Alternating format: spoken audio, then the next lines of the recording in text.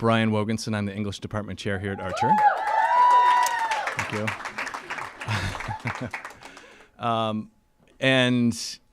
First of all, I want to say I'm going to leave much of this welcome to the student coordinator this year, but I did want to say to the presenters here, we are thrilled to have you here. We had more submissions than ever this year from more schools than ever. You should all be proud to be here. We're really excited to hear your work. And to the teachers that are here, thank you for your commitment to these students. Presenters, you will have an audience that is both interested and supportive. And audience members, there will be a Q&A after each panel, so please be engaged and ask some questions of specific presentations or of the panel as a whole. So presenters, one thing, make sure we have a live feed happening, and that will also be archived at our webpage, so you can you and others can watch the presentations. But as you're presenting, just be sure that you're close to the mic, that you're not turning away, so that can be picked up.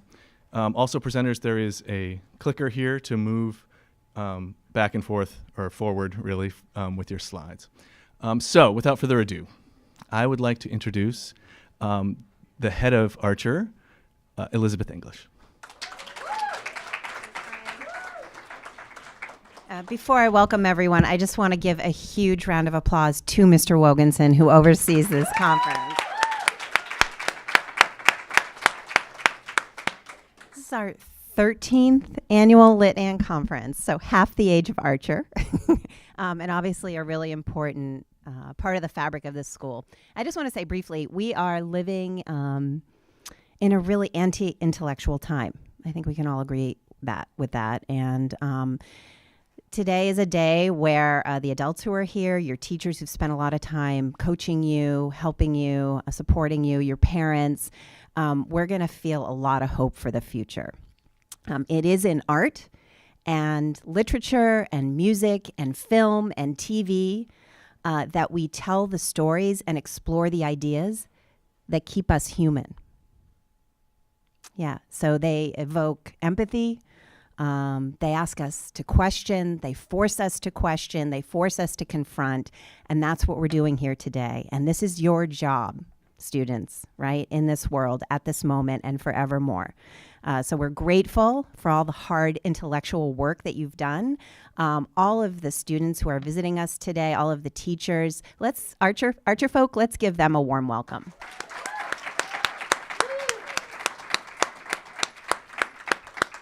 I love the fact that you have an authentic audience in one another. How important is that? You're not just writing papers for your English class or your English teacher. You're writing really interesting work for one another. And anyway, just welcome to everyone. And also, finally, a huge round of applause and thank you to Isabel Koo. Where are you, Isabel? Right in the front here.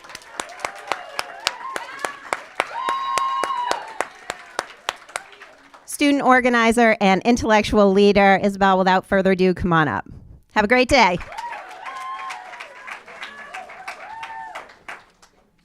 Hi, everyone. I'm Isabel Q, the student coordinator for this year's Literature and Conference. I'm so excited to finally put faces to your names and for everyone to get to hear the wonderful writing that stood out this year for its personal voice, originality, and insight. As author Richard Wright wrote in a preface to his novel Black Boy, books were the windows through which I looked at the world, and I feel the same. When I look at the books that I used to read with my brother and still keep on my bookshelf, like The Pigeon Finds a Hot Dog, I don't know how to fix this. I don't know how to work this. Does anyone know? Okay, to the right? I don't know if I'm pointing at something. Wait. I don't know. Sorry.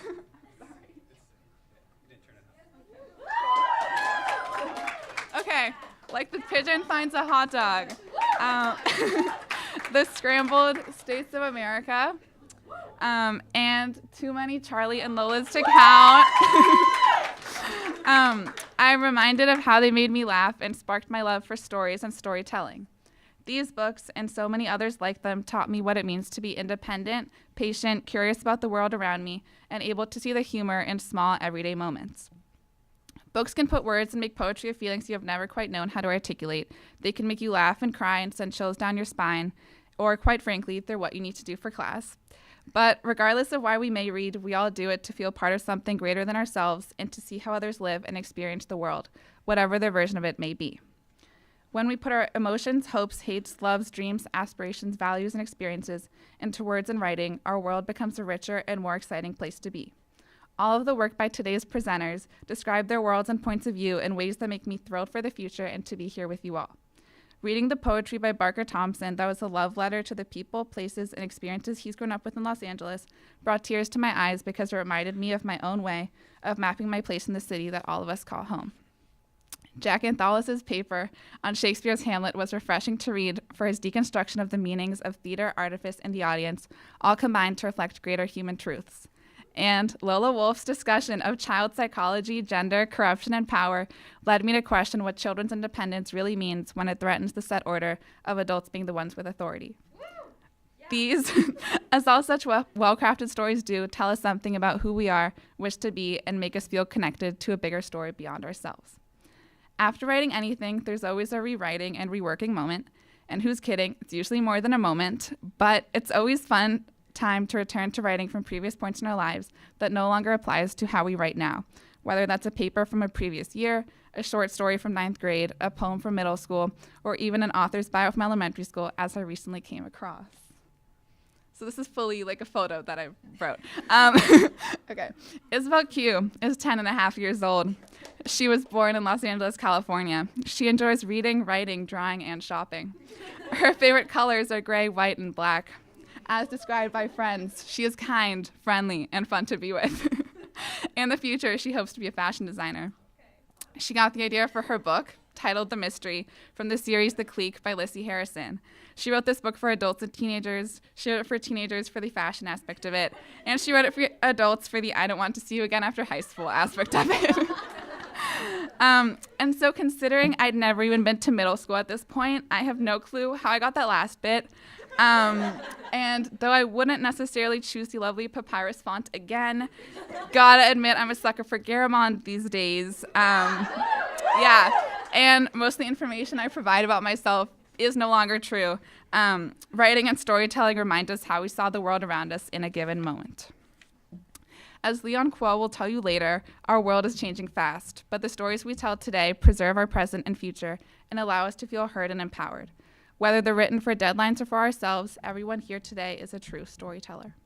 Now the information you've all been waiting for. When do we get to eat? For presenters and teachers, lunch will be provided at 12:10. For everyone else, we will have a 5-minute break between every panel, so if you must leave, try to leave then. And if you do need to leave during a panel, please do so quietly and respectfully. And before we get started, I'd also like to thank the facilities team for their hard work in putting the organized room together you see today, as well as the communications and advancement departments for their help in creating the poster, program, tote bags, and beautiful name tags. So fun. We literally wouldn't be here today without you. Thanks, guys.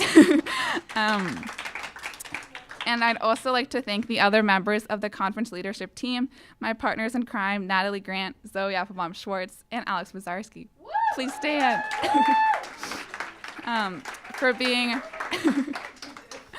For being true queens and helping with anything and everything in the formation of today's event.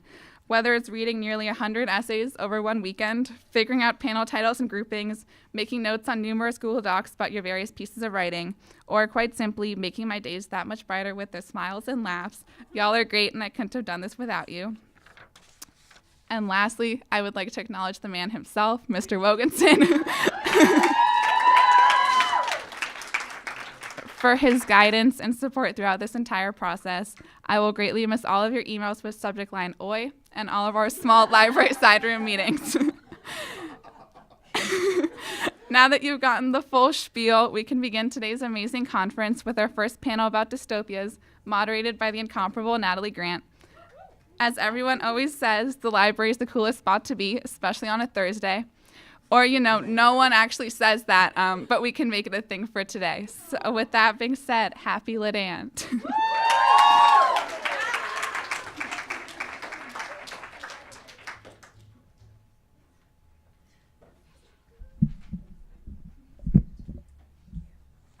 Hi, everybody. I'm Natalie Grant from Archer, and I will be moderating our first panel, which is Laboratories of Power. So we will kick it off with our first presenter, Shira Goldstein, also from Archer. Thank you. Oh, and if all of the panelists in this panel would like to come sit up here, that would be awesome. Thank you.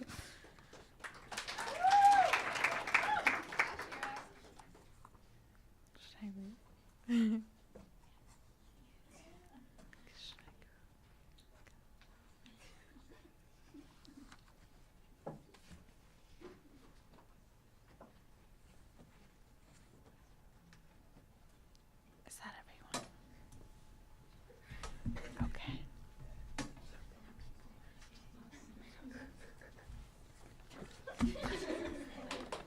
Good morning.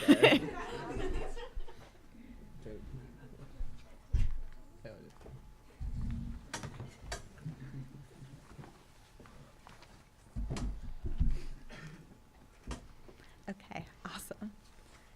Good morning. I'm sure all of us coming here today heard many different sorts of sounds, from the busy traffic to the blare of music to greeting one another. These noises are normal for most of us who live in a world of sound. So let's just take a brief moment as we start this day to pause and listen to silence. As we do, notice what you hear, see, and even feel in a more quiet place. So let's take a moment right now.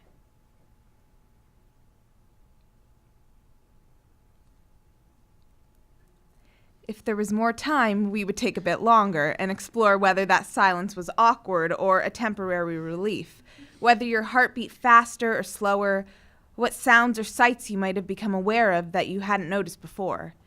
In my paper, I discuss how sound and silence affect us as human beings and how artists can use them to illuminate the way we experience the world.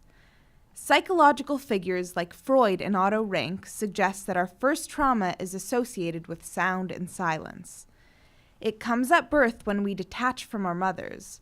As we are born, there's often a brief pause before we let out a cry, a sound that lets the world know that we will indeed live. Otto Rank describes that moment when we are forced from our safe home into the lights and noise of life as the trauma of birth. According to this theory, this trauma feeds a lifelong fear of silence, the kind we endured when we waited to see if we would live or die exiting the womb. But this fear of silence, what scientists call sedatophobia, is not just nature but nurture. Evidence suggests we learn to fear quiet. A study of 600 undergraduate students over the course of 6 years shows us that constant exposure to background noise generated by media has helped foster a large population that fears a world without constant sound. This fear can begin with parents turning on the TV to babysit their kids, onto the steady white noise many of us use in the background as we do homework. A lot of us learn to require sound in order to function, or, as found in the study, we actually become anxious and fearful when sound is removed. As children, we play games with this fear, jumping out from behind a door yelling boo to scare someone. Horror films understand this. In a way, that is what they are. Great big multi-million-dollar games of boo. In my paper, I explore how we as humans deal with fear. Freud said our first defense is to repress the memories that cause it. Horror films often tap into that repression, including that associated with silence. My paper explores how John Krasinski's horror film, A Quiet Place, turns this repression on its head, using sound as the harbinger of death, normalizing silence, and transforming it into an instrument of salvation. The film is set in a country like ours, only one that has been recently torn apart by an army of alien creatures who are blind, but who have amazingly sensitive hearing, leading them to attack and kill at the slightest sound. The film focuses on the Abbott family that is made up of a father, mother, 2 younger boys, and an older daughter, Regan, who is deaf. The family has been forced to adapt to a world where silence must be the norm, and they must use the language of their daughter, American Sign Language, or ASL, in order to communicate. The film begins in an abandoned store in a nearby town where the family is searching for necessities. Immediately, we discover the challenges faced in keeping silent when you are a small child and how important his older sibling is in protecting him as he reaches for a toy rocket.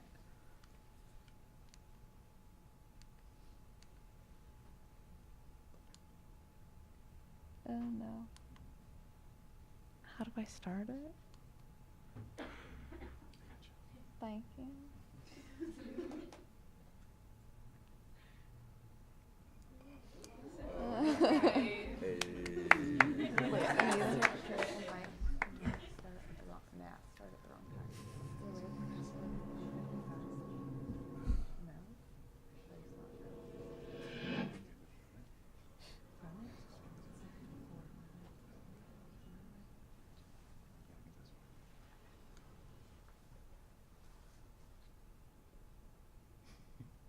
While we do this, yeah, while we do this, listen to the silence. So you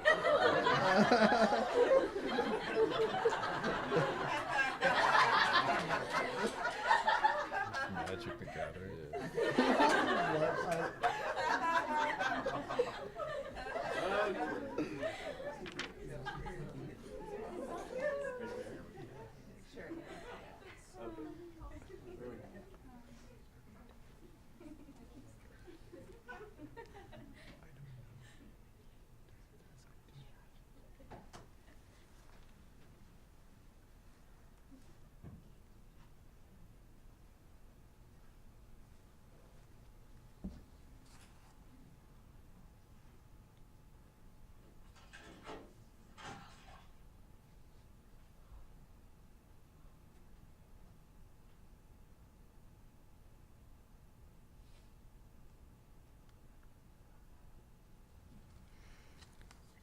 As the scene plays on, the father will warn his little boy in sign language that the toy rocket is too loud as he gently removes the batteries that could create sound that could endanger them.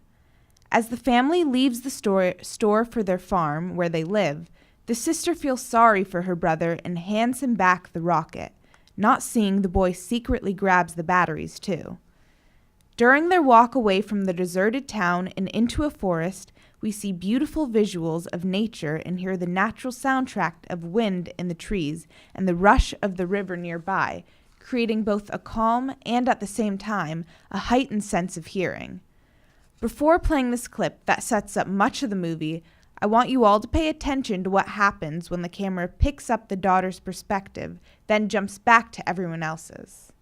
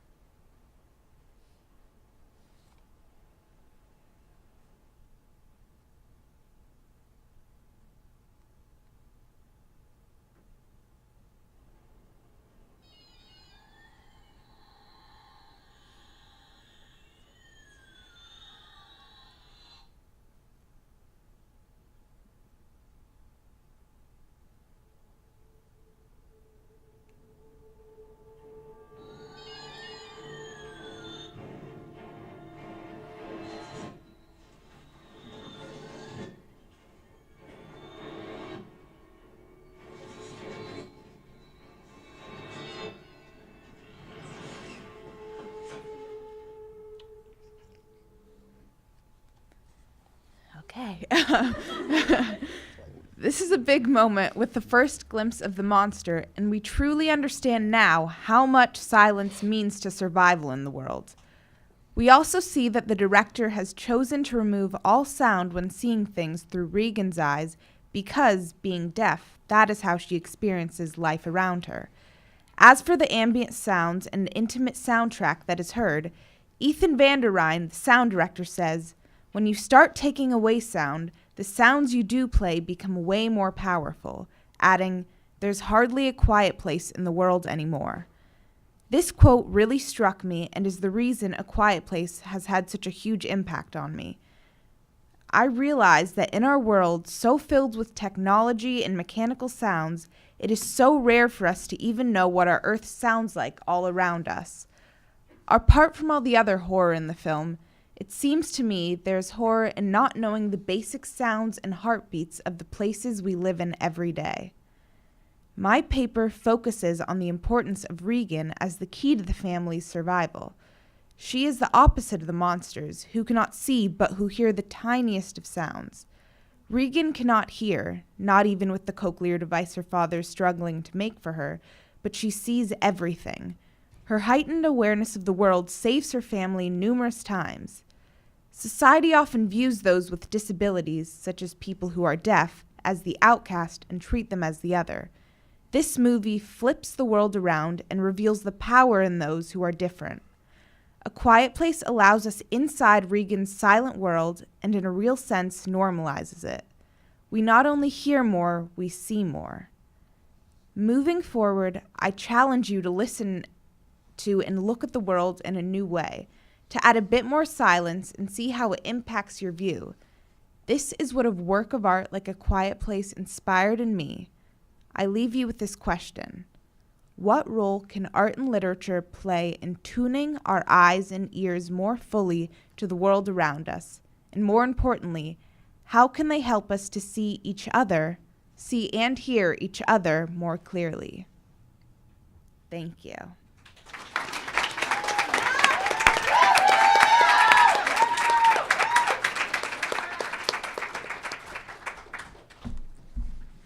That was excellent. Let's give a warm welcome to Eli Grossman from the Polytechnic School.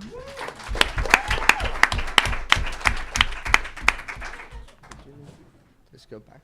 Okay, awesome. Hi, everybody. My name's Eli Grossman. Good. And I'm a senior at Polytechnic High School. Before I begin, I just want to thank the Archer School for Girls again for hosting this conference and inviting me here. I also want to thank my English teacher in absentia, Miss Leroy, who's provided my classmates and me this year with awesome reading material to engage with and analyze. And I also want to thank my other English teachers, Miss Hamilton and Miss Marion, for encouraging me to apply to Archer this year. Today, I want to talk to you all about two parallel dystopias, which together represent a significant attempt to understand the rise of totalitarianism in the 20th century. George Orwell's 1984 and Margaret Atwood's Handmaid's Tale. While most here are probably at least somewhat familiar with the plots of both these texts, less of us are probably aware of the direct intellectual connection between them. In an essay called Orwell and Me, published by The Guardian, Atwood has explicitly explained how Orwell's classic became the direct model for her own Handmaid's Tale. Therefore, these are not just two random dystopias I chose to compare. They are two pieces of a larger intellectual reckoning with our totalitarian past, present, and potentially future. As such, I believe they deserve careful literary analysis, which leads me to my essay proper. George Orwell's 1984 paints a bleak picture of society, not only of those of society, but also of the heroes who seek to change it. Breaking away from standard narratives of heroic political resistance, those brave enough to stand up to Big Brother receive neither heavenly reward nor earthly recompense, only a boot to the face. Margaret Atwood's Handmaid's Tale follows in the footsteps of 1984 to flesh out the dystopic experience from the eyes of an ordinary person just trying to survive her hellish new life as a handmaid in the Republic of Gilead. If Winston's motto is down with Big Brother, then Offred's prayer is nolite te bastardes carborundarum, literally, don't let the bastards grind you down. As such, Orwell's and Atwood's protagonists represent what appear to be opposite responses to life under totalitarianism, revolutionary action, or survivalist grit.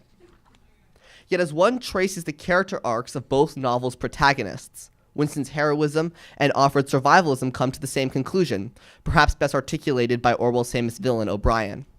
In the face of totalitarianism, the human being is always defeated. But what exactly does O'Brien's concept of defeat entail? The answer to this question frames the larger issue Winston fails to understand throughout the novel until his re-education in the Ministry of Love, the why of totalitarianism. While O'Brien's motives initially appear to be pure power lust, in reality his obsession with victory masks a deeper anxiety, his fear of death. During his lecture for Winston's second stage of reintegration, O'Brien reasons that, quote, every human is doomed to die, which is the greatest of all failures. In response to this inevitable failure, he must escape from his identity and merge himself in the party so that he is the party. Then he is immortal. In O'Brien's post-human future, bodies are merely vessels for an ideology designed to propagate itself no matter the material fate of its human hosts. The endless victory he gloats about is not only predicated on human misery, but also, more importantly, on the survival of the party. O'Brien conceptualizes the party as a being, just as a human individual is composed of millions of individual cells. The idea that the individual should be no more than a reproductive unit for an ideology is recapitulated more literally in Handmaid's Tale. As Offred reflects on her new social status as a handmaid, she notes that they are two-legged wombs, that's all, sacred vessels, ambulatory chalices. The reproductive logic through which Gilead's gender hierarchy is organized directly parallels the larger reproductive imperatives that drive the party. If Winston is a disposable skin cell on the body of the party, then Offred is a precious gamete, a cell all the same. In both cases, the individuals within the society exist solely to perpetuate an ideology, both physically through future generations, and also psychologically through absolute fealty to the state ideology. With these observations, we can finally begin to define totalitarianism beyond a particular state's penchant for sadistic punishments or military parades. As Atwood suggests in her article Orwell and Me, totalitarianism is remarkably content neutral. Ideologies like revolutionary socialism and conservative evangelism can both be used to justify the pursuit of totalitarianism's true aim, immortality. Thus, what defines a totalitarian society is not the content of the ideological rituals of that society, but the individual's ability to absolve their fear of death through the form of ideology. Not only does this definition of totalitarianism help us conceptualize what Orwell's and Atwood's protagonists face, it also explains why Winston's heroic struggle and Offred's survivalist attitude ultimately fail. While Offred is no supporter of the Republic of Gilead, she does not choose to actively resist her society or change her society. Rather than aid Offglen and the Mayday resistance by spying on her commander, for example, she adopts a take-what-you-can-get or steal approach to her life as a handmaid. However, totalitarian regimes use the survivalists' unquenchable desire for existence as the fulcrum through which they break individuals like Offred. After briefly demonstrating a flash of courage by risking her life to inquire about her friend Offglen's disappearance, Offred immediately regrets her brief flirtation with resistance. In a decisive breaking point for her character, she says, "Dear God, now that you let me off, I'll obliterate myself." It's worth noting this is actually an obscure allusion to 1984. The East Asian totalitarian ideology known as obliteration of self is briefly mentioned in the revolutionary pamphlet Winston and Julia read. Offred continues, saying, "I'll empty myself, truly, become a chalice. I'll give up Nick." Here Atwood redeploys the symbol of the chalice to illustrate precisely how Offred's mental state shares structural similarities to her physiological function within Gilead's reproductive hierarchy. Offred finishes her breakdown by thinking, "Everything they taught the Red Center comes flooding in. I want to keep on living in any form." Faced with the impossible precarity of her situation, Offred takes the totalitarian plea deal, emptying herself of individuality to become a psychological chalice for the Red Center's ideology.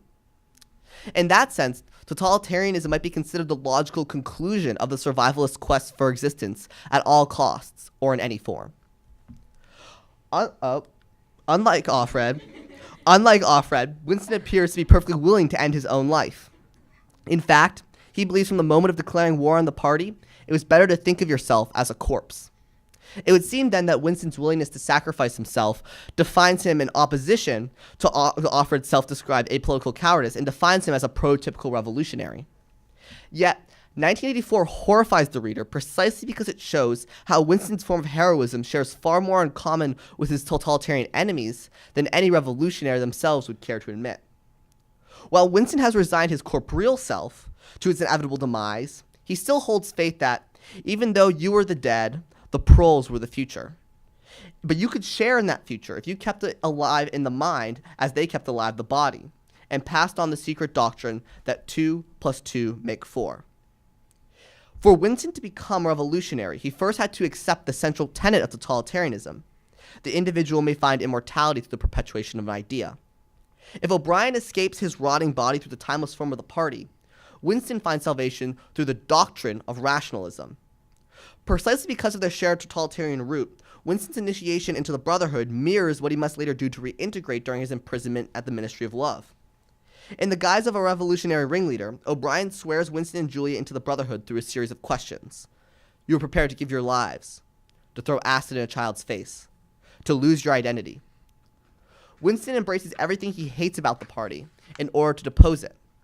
To fight a society that treats its citizens with barbaric violence, he will throw acid at innocent faces. Faced with the erasure of his individual self, he sacrifices his identity in the name of the Brotherhood's cause. Through Winston's experience with the Brotherhood, Orwell shows how within the traditional figure of the righteous revolutionary, there beats a dark totalitarian heart. Faced with the failure of both our society's dominant heroic tropes, the radical revolutionary and the rugged survivalist, what then are we supposed to do in the face of modernity's at times seemingly inevitable totalitarian horizon? Of the two authors, perhaps it is Atwood that leaves us with the barest trail of crumbs. In the character Nick, we see the hint of a different kind of hero.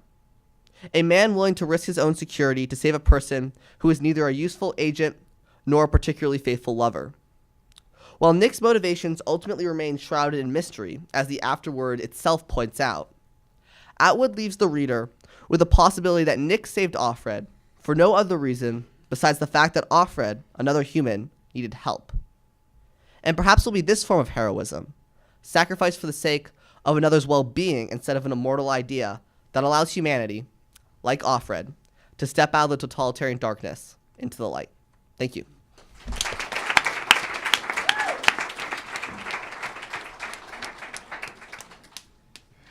Now, on a similar but very different note, we have Anna Brodsky from the Archer School for Girls. Thank you. Hi everyone, my name is Anna. I'm a junior and I go to Archer.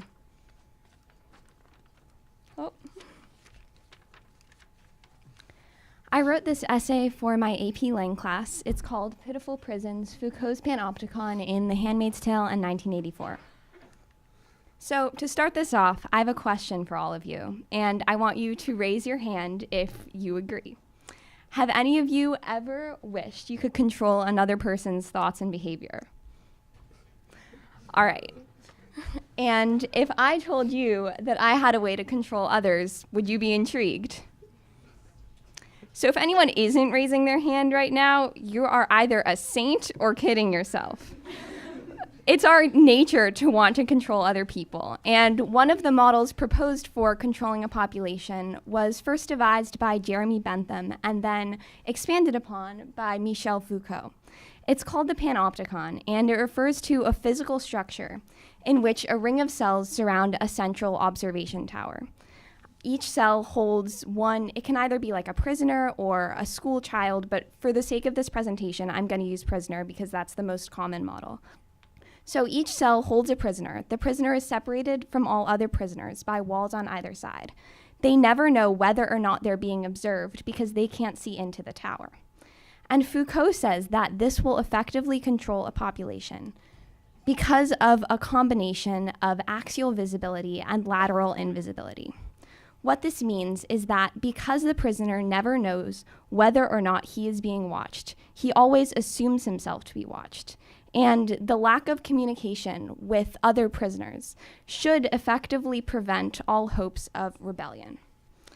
So in examining the two texts I looked at, The Handmaid's Tale in 1984, the panopticon isn't present on a physical level. The building isn't there in either text, but it does exist on a more figurative level. In 1984, the axial visibility is maintained through telescreens, which are two-way televisions that monitor civilians' behaviors and allow them to be viewed at any point by the thought police. They never know whether or not they're being observed, so they assume that they always are. The lateral invisibility, though there aren't physical walls separating the citizens of Oceania from one another, it's maintained through a climate of distrust. Citizens are routinely encouraged to turn one another in at even the slightest sign of rebellion, and the loyalty to the party is supposed to transcend all other bonds, even family ties. This is supposed to prevent individuals from ever confiding in one another because no one knows where others' allegiances lie. We see a similar phenomenon going on in The Handmaid's Tale. In The Handmaid's Tale, the axial visibility is maintained through the incorporation of anonymous spies called eyes into the population. No one knows who the eyes are, so they're forced to live with the assumption that they could always be watched. Because of this, they should regulate their own behavior. Likewise, the lateral invisibility is also maintained through a lack of communication with other people. As the readers, we see this most clearly by the way that the handmaids interact with one another. Because no one knows where anyone else's loyalties lie, the default is for no one to trust anyone else. After all, anyone could be an eye. So the question I was asking myself as I read these two texts and considered them in relation to Foucault's theory is, does the panopticon work? And the answer I came up with was no. My thesis was that despite the threat of punishment, Winston and Offred both prioritize internal rebellion, emotional connection, and escape from isolation. Foucault writes that he who is subjected to a field of visibility and who knows it inscribes in himself the power relation in which he simultaneously plays both roles.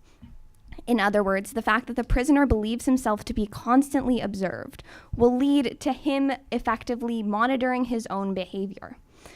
In fact, though, we see that with Winston and Offred, their rebellion starts in their thoughts, so they're at least unable to control this aspect of themselves. Offred rebels through memory. She continually longs for her old life when she was free of the oppressive Gileadian regime. She remembers her child, her lost love, and the freedom she once enjoyed.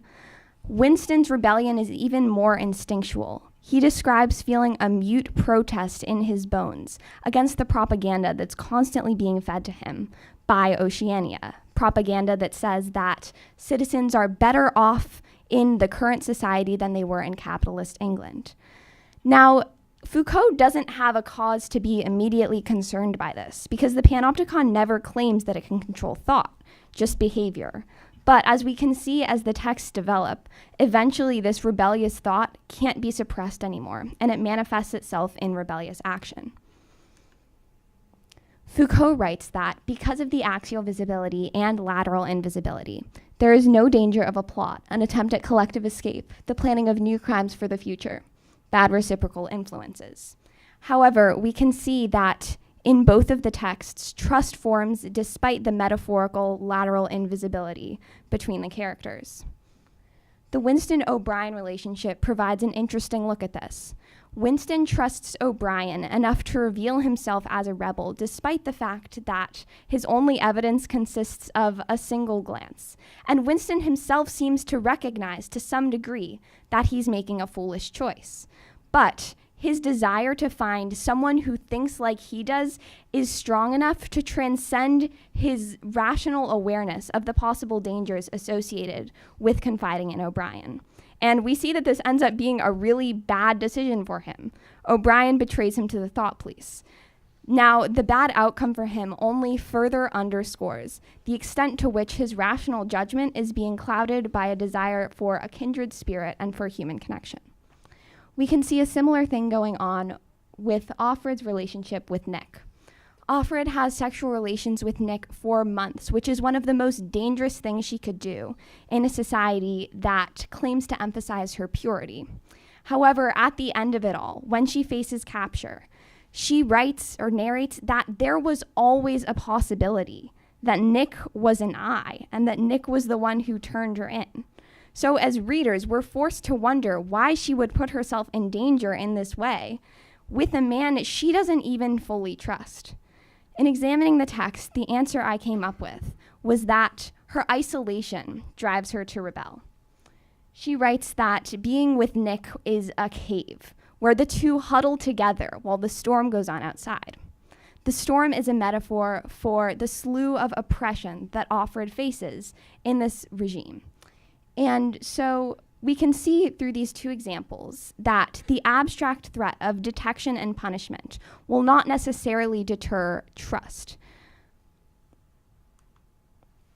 Now, some of you may be thinking, Anna, you've got this wrong. What about the endings? Winston comes to love Big Brother, and Offred promises that she'll repent. But both of these aren't actually what they first appear. The party makes it very clear that at the moment former political dissidents come to love Big Brother, they're shot. Efficiency-wise, there is no reason whatsoever for the party to do this if they have truly gained a lifelong supporter. The only reason why they would do this is because the party knows that this condition isn't permanent. Rather, the prisoner or the rebel will eventually fall back on their rebellious ways, and the party wants to proactively terminate their lives before such a thing can take place. Offred's promise to repent, as was discussed in the previous presentation, is also somewhat misleading. She at first claims to regret her actions. However, just a few pages later, she observes mechanically that she should feel worse about her actions. This suggests that there's a separation between the kind of regret Offred would like to feel and the kind of regret she actually feels. Even if you don't buy these arguments, though, we can still note that both of them rebelled in the first place.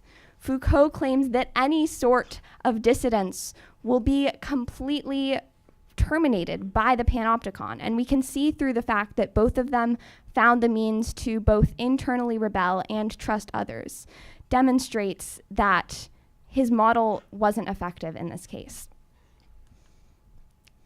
In case you're thinking I'm anchoring this very philosophical critique in literature alone, there was actually a real-life panopticon implemented in Cuba as a prison in the 20th century. And though it worked for a number of years, eventually it was declared a failed project because of riots. It was within the prison. It was unable to control the population. So what the literature does is it gives us insight into why. The conclusion I came up with in examining these two texts was that the panopticon cannot work because human nature is too complicated. Basically, in order for any system to work, it would have to be able to control human desires. Foucault starts with human behavior, but human behavior will be fundamentally influenced by desires, which will influence our thought. Because each character will sometimes prioritize more emotional needs over their physical security, or will seek for human connection even when it jeopardizes them. This demonstrates that each character sometimes acts in a way that isn't rational. It speaks to the greater issue of trying to generalize human behavior in a system where each of us respond differently to different stimuli. My ultimate conclusion is that the panopticon can't work not because of any specific flaw of the panopticon itself, but because of a problem with any method that claims to universally control humans. It can't work because we're all too different and we're all too weird. Thank you.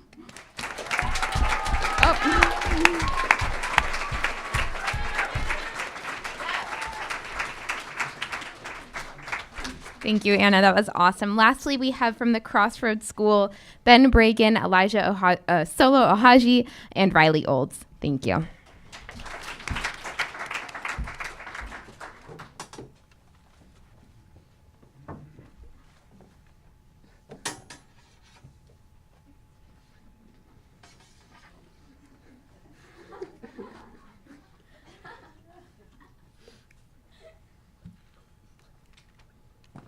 Hello. Good morning, everybody. Good morning, everybody. I'm Riley Olds. Ben Brigham. Elijah. And we're going to be giving a presentation on the decline of truth. Thank you. Okay, so here's a pretty shocking statistic that 289 million tweets were falsified just last year, which is honestly mind-blowing. And this doesn't even shed light on the fact that a lot of new partisan news accounts and things are going private so they can hold off people with opposing opinions from coming onto their onto their Twitter page, so their own followers are only seeing what they want their followers to see. And yeah. Okay, so here was a social experiment done by the Department of Social Sciences, where they would invent these fake news sources and they would show it to people knowing their views, and 92% of people would rate these imaginary news sources as trustworthy after they were shown a fake news story that supported their views. And then only 42%, they would make a different news source that would show news that would contradict their views but was actually real. And only 42% would rate that news source as trustworthy. And they were completely fake news sources. They weren't real, and people would still be rating them as trustworthy. Okay, and this is one of the more frightening ones. Our government in 2017 repealed the law saying that scientific papers needed to be peer-reviewed. And this came from a lot of pressure from pharmaceutical companies who wanted this to be repealed so they could start getting new drugs out faster because of less focus on the science aspect. So a lot of money went into that, and our government isn't really being truthful and supporting the truth.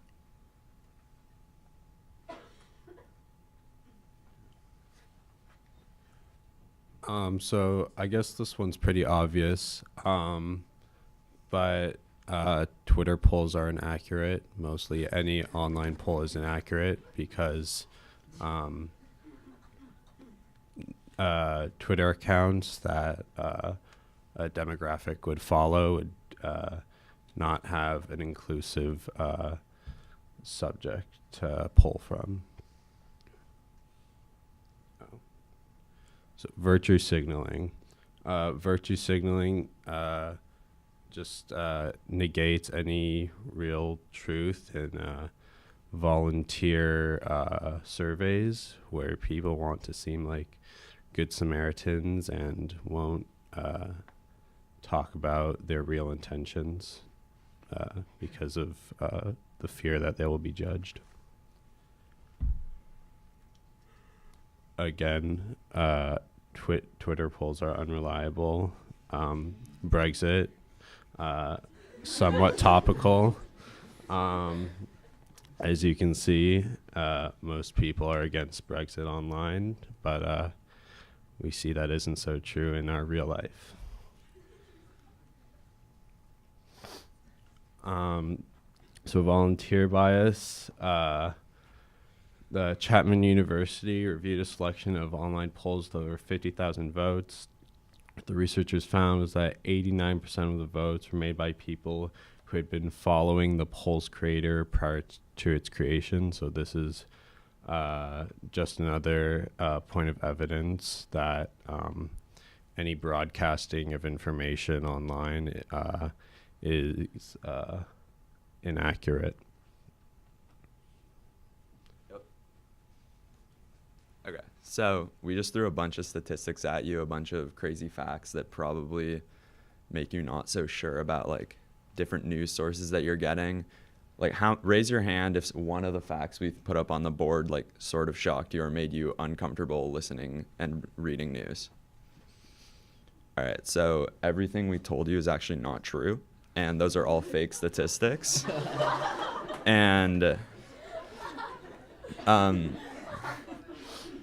our class is an English seminar on the book 1984, where we've been doing a real deep dive into that book. And we thought coming here, instead of just kind of talking about the book, we wanted to do something that really reflected the book in real life. So while all our facts were wrong and were just completely made up, they still had an effect on you, and they still made you think about how big of a problem fake news and fake facts really are online. And you can definitely see that reflected in the book as a whole, just through all the fake propaganda and just complete rewriting of all facts and all events in history that happened in 1984. So I just want to thank Archer again, and good morning.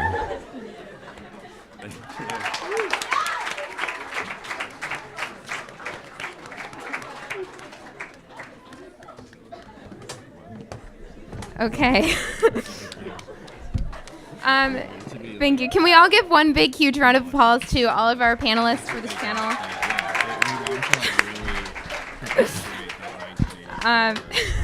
So right now we're going to open it up to a Q&A to, engage all of the arguments that were just presented. Does anybody in the audience have a question that they would like to direct at one of our panelists? Okay, I have a question. All right. So considering the text that you've read or the experiences that you've lived, how would you go about creating your own totalitarian regime or asserting your power within one? All of us? Anybody who'd like to speak? I would probably make up a lot of fake information and tell people.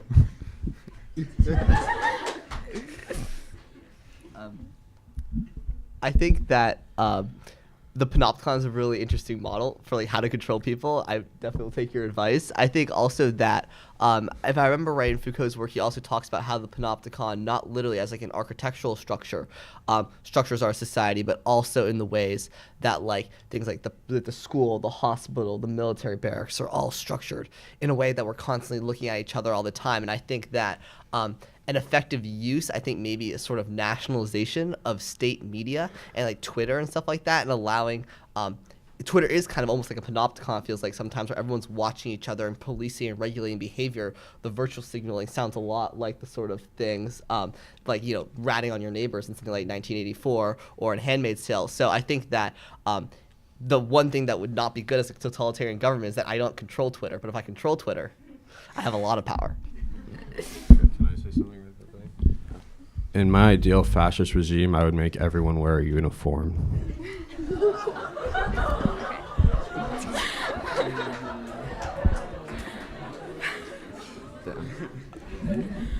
Can I just ask why?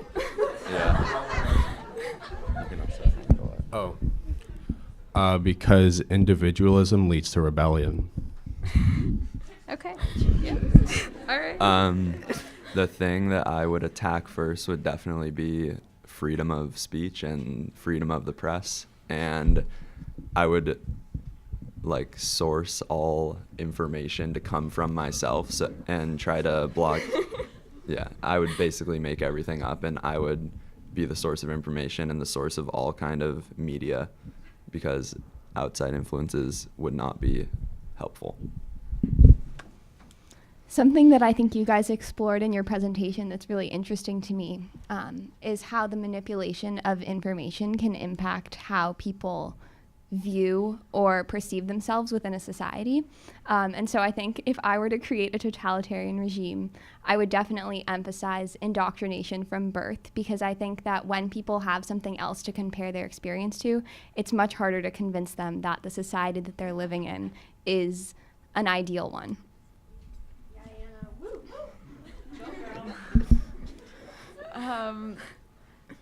I guess going off mine, how I would create it, my own. Or assert your power within one. Assert my power. I mean, I think after going off of sort of what I was talking about, I would definitely try and go, because we know all these films are coming out about what we're doing to our Earth right now is sort of gonna be bad in the future and stuff like that. And so I think I'd somehow try and, I don't know, figure out how we can sort of reverse backwards to the world that we had before and before media somehow, and maybe see how people would be able to survive. I don't think they would be able to survive, so something like that.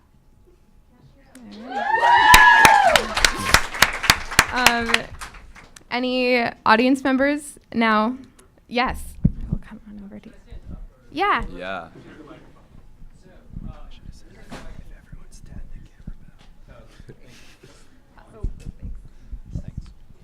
Okay, so I guess this is a question specifically pointed at the totalitarianism presentation, and then I'll kind of expand on it. So in terms of if ideology is sort of the root of totalitarianism, is anti-ideology or the attempt to oppose ideology also sort of a form of totalitarianism? And then I suppose for the just in general, in terms of manipulation of evidence and media, do you think that like there was ever any objective media in the first place, or objective framework that we could tell whether something was true or false in the first place, or is that also a manipulation of the media? Yeah. So I guess the first question is more directed towards me.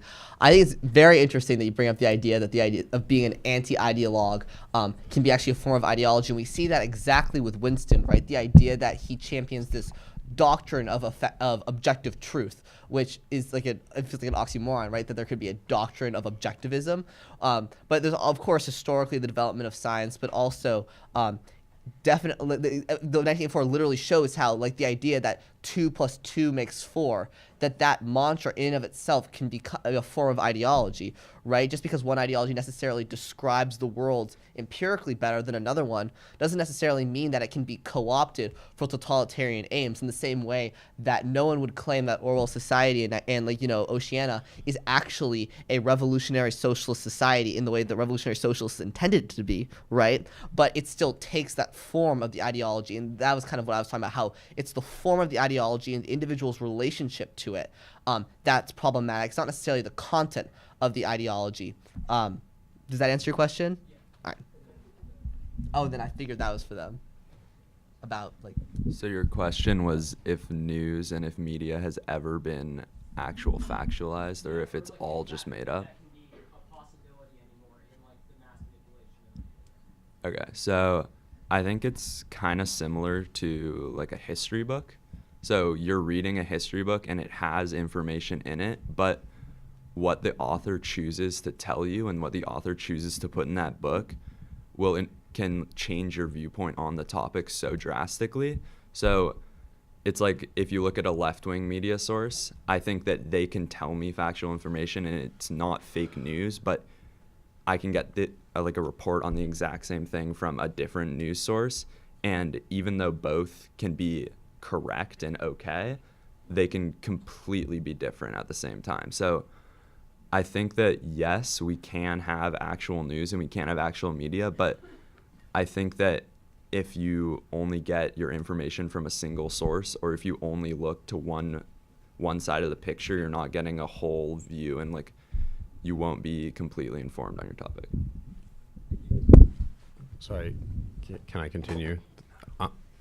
Yeah.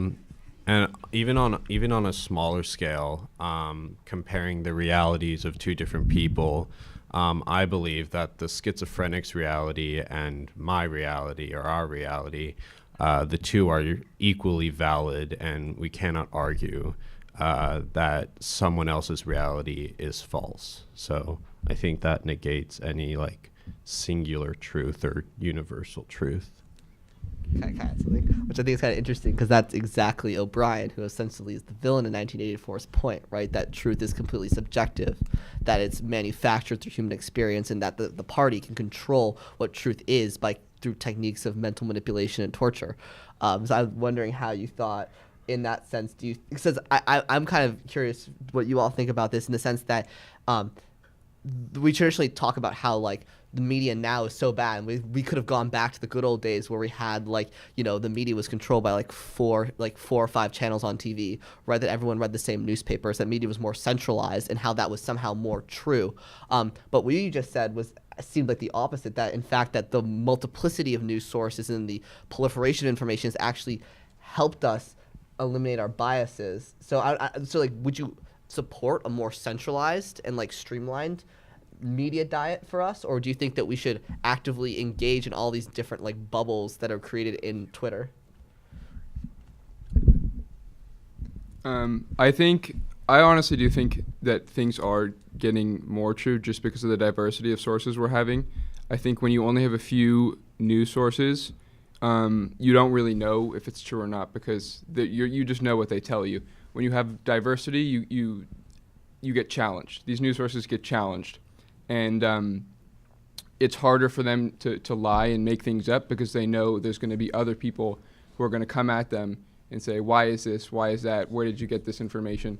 As opposed to just a few news sources who can just say whatever they want. And no one can question them, because they have all the power. They can say whatever they want. Does having a multiplicity of news sources in a digital era where there's arguably less regulation on what's being published, does that increase the concentration of news that is inherently false? Absolutely, yeah. Yeah, so if we have a ton of news sources, we will be getting a more diverse picture of like actual issues. But at the same time, if there's like a million news sources as opposed to 5, there's a much higher chance that a lot of those will be fake, and a lot of them will be much smaller than those core 5. So they'll be able to get away with being fake at the same time, and they'll be able to like slip under the radar and infect the minds of their readers more easily. Definitely. Okay. Oh, no, go ahead. I just want to clarify that my point wasn't to claim one news source system as better than the other, just that there is no news that you can trust. It's your individual beliefs that matter. All right. Thank you again to all of our Laboratories of Power panelists.